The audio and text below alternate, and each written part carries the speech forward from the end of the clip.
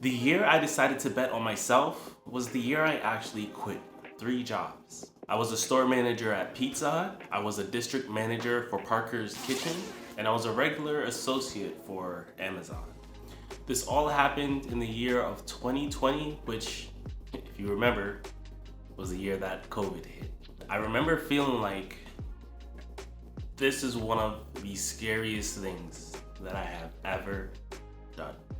That previous year, I had actually made over $100,000 between the 2 jobs. I never had 3 jobs all at once, but I did have the 2 jobs. And my jobs were never at threat of going away because of COVID. So I didn't quit because, I felt like I was being forced to, or that, I was afraid or worried that I would get sick. I didn't have any of those fears at all. The real problem that I was having was that as someone who was in a leadership role, I felt like I was drowning. The pandemic brought on a different set of problems that I didn't see get covered often. So hopefully I can give you some insight to how the pandemic shifted my life from a leadership position. So remember that during the pandemic, people were receiving higher unemployment benefits, and we were also receiving stimulus checks, which I have no issues with the stimulus checks or with the unemployment. They were needed in a time where it was necessary. The problem came down to was that I started having employees quit on me just so they can get the unemployment checks because it would be more money for them than if they were to work at my establishment. Now, I always pushed for them to get the highest pay at my store, but as a store manager, I'm still limited to what the company sets as parameters for people's pay. I always felt the drivers were getting underpaid, I always felt the cooks were getting underpaid, and I even felt the managers were getting underpaid too. All of this made it really hard to staff the store. At the time, I was only allowed to pay $8 to the cooks, but I live in Charleston. That's nothing compared to what they can go out and get at all these different manufacturing plants and all of these mom and pop restaurants that do very well. Charleston's considered a restaurant town, has some of the best barbecue and seafood on the East Coast. And you can literally go there, not be a waitress and be a cook for $10 or to $15. So it was very hard to keep people, and the people I was getting, they weren't very reliable at all. You pay for what you get. As far as drivers go, the pandemic shifted a lot to food ordering. People were staying home, people wanted food delivered, and so all the drivers that Pizza Hut would normally have that would come and work, we didn't have them anymore. We had very bottom of the barrel employees. We had a lot of drivers come through that couldn't even pass a background check, so we couldn't even hire them. On top of that, we were hiring drivers in at minimum wage, $7.25. And whenever they were driving on the road delivering pizza, they were paid $4.25 instead of the $7.25, making them less money. The pay rate also made it extremely hard to staff managers, meaning that I would have to pick up the slack if I couldn't find enough managers to work a shift, since we're not allowed to have a shift running without a manager. But all of this was an issue before the pandemic even started. The pandemic just accentuated the issue even more. Now, employees getting unemployment and employees getting stimulus checks did make it harder to staff the store, but all of that money was also flowing to everyone else. So more and more people were ordering from Pizza Hut, especially when everything else was closing down because of COVID. We became part of the essential worker culture. It was not fun. So it's getting harder to staff my store. My employees are getting unemployment checks and stimulus checks and not showing up for work. The customers have more disposable income and don't know what to do with it. They're having a field day with their orders.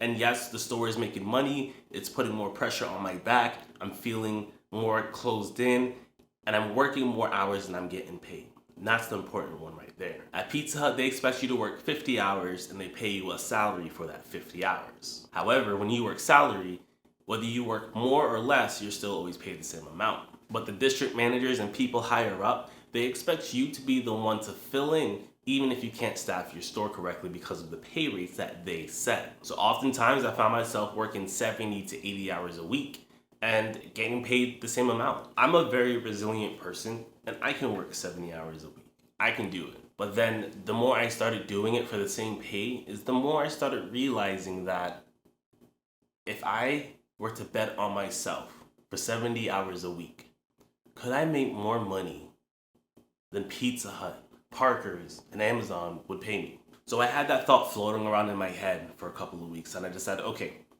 let's go and test the theory. So I started small. I started by doing Instacart. Now, for those of you who don't know, Instacart is a service that allows people to order groceries, and you can go and pick up those groceries for them. You'd have to go through the aisles, scan it all in, get it all packaged, and then drop it off at their house. Because of the pandemic, it became more widespread that people didn't want to leave their house. They were afraid of getting sick.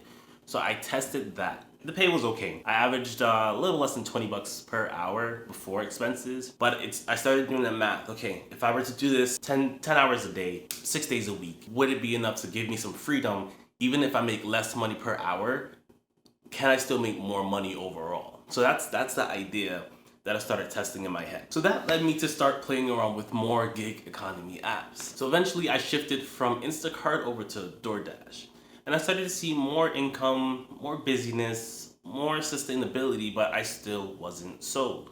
I had my application with Lyft done for a couple of years. I just never took my first ride. And I don't remember the moment that pushed me to do this. I think I was just feeling more pressure from work. And I really didn't want to set myself back financially. I was very motivated to get out of debt. I started watching Dave Ramsey. I was feeling super inspired. And then I took my first passenger. I realized that all the fears that I had in regards to being a Lyft driver, having someone else behind me, some stranger in my car is my personal space. And then once I picked them up, I was so worried. And then the second they closed the door when they got in my car, all of my fears went away. It became so easy. Everything I learned about customer service from working in the restaurant industry, it just made it so much easier to deal with the fact that I have a stranger in my presence and I'm required to take care of them. The most prominent thing that led me to deliver people instead of delivering food was, one, the money was significantly better. I was making double the money than when I was door dashing. If I was averaging $15 to $20 an hour doing DoorDash, right now I'm averaging 30 to 40, sometimes on a really good night, $45 per hour doing Lyft. Not just that, during the pandemic, I was socially starved. Before the pandemic, it was nice to know that whenever I felt like it, I can go out, go downtown, meet up with my friends, and be social. The pandemic took that away from me. So through Lyft, I was able to have people in my back seat who were also socially starved, who I could connect with. And I started learning more about people. I started learning more about how people live in different states. I started learning more about how COVID affected states differently. So it became a game changer in the amount of opportunity I had to learn, the amount of opportunity I had to get paid, and the amount of opportunity I had to have fun while betting on myself. So here's my message to you. If you are in a place, it doesn't even matter, you could be making a lot of money. I was making $100,000 that year and still decided that something had to give. I decided that betting on myself would net me better positives financially, physically, mentally, spiritually, all the least, all of them. By betting on myself, I was able to put more control into what was happening to myself. And I know it's a very scary place to be.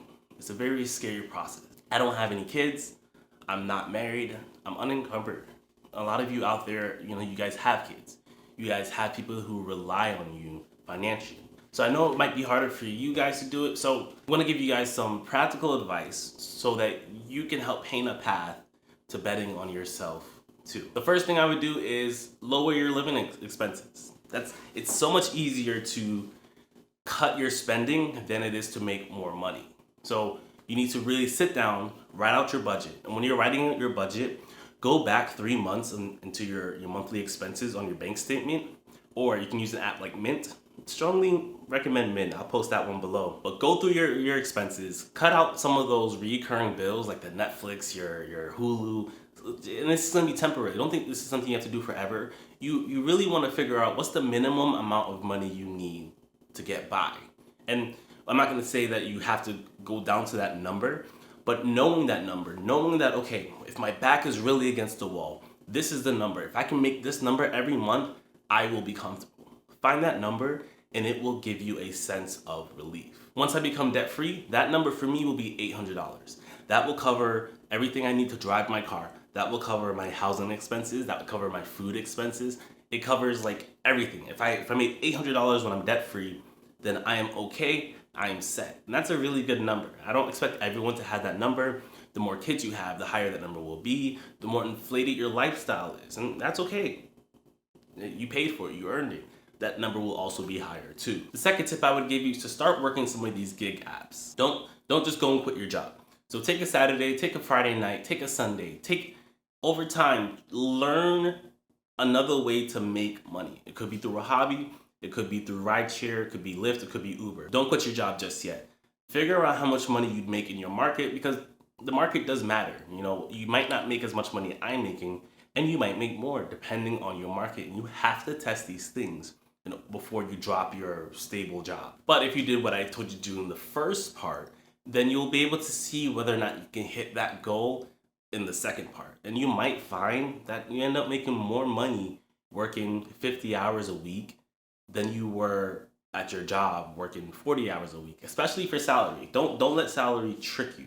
When you're salary, you might make more per hour, because I was in some cases making more per hour, but there's a cap on how much money you can make. And if you're the type of motivated person like I am, and I hope you are, it's the only type of people I want watching, then you would be able to break through that cap and make more money doing something for yourself.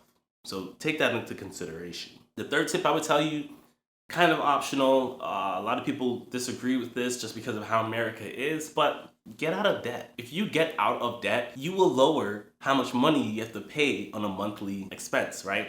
And I realize that the more debt people have is the more they're tied to their traditional job, because of that added weight and added pressure to have to come up with this much amount of money, pay this much amount of bills. But if your bills were lower, if your debt was lower, you would have to pay less money, which means you could get away with potentially making less money in the short term, right? I'm not gonna sit here and tell you that the goal is to make less money by having less bills. No, the goal is to allow yourself to have the freedom to transition into something that you want to do that also makes money to pay for your life. That's where I believe a lot of happiness is really found. And everyone's happiness meter might be on a different level. Some people might need $800 to survive. Some people's number might be like $2,000, and that's okay. Whatever your number is, I just want you to hit that number, doing a job you want to do. And the job you want to do might change over time. Someone working one job for 40 years, that's insane to me.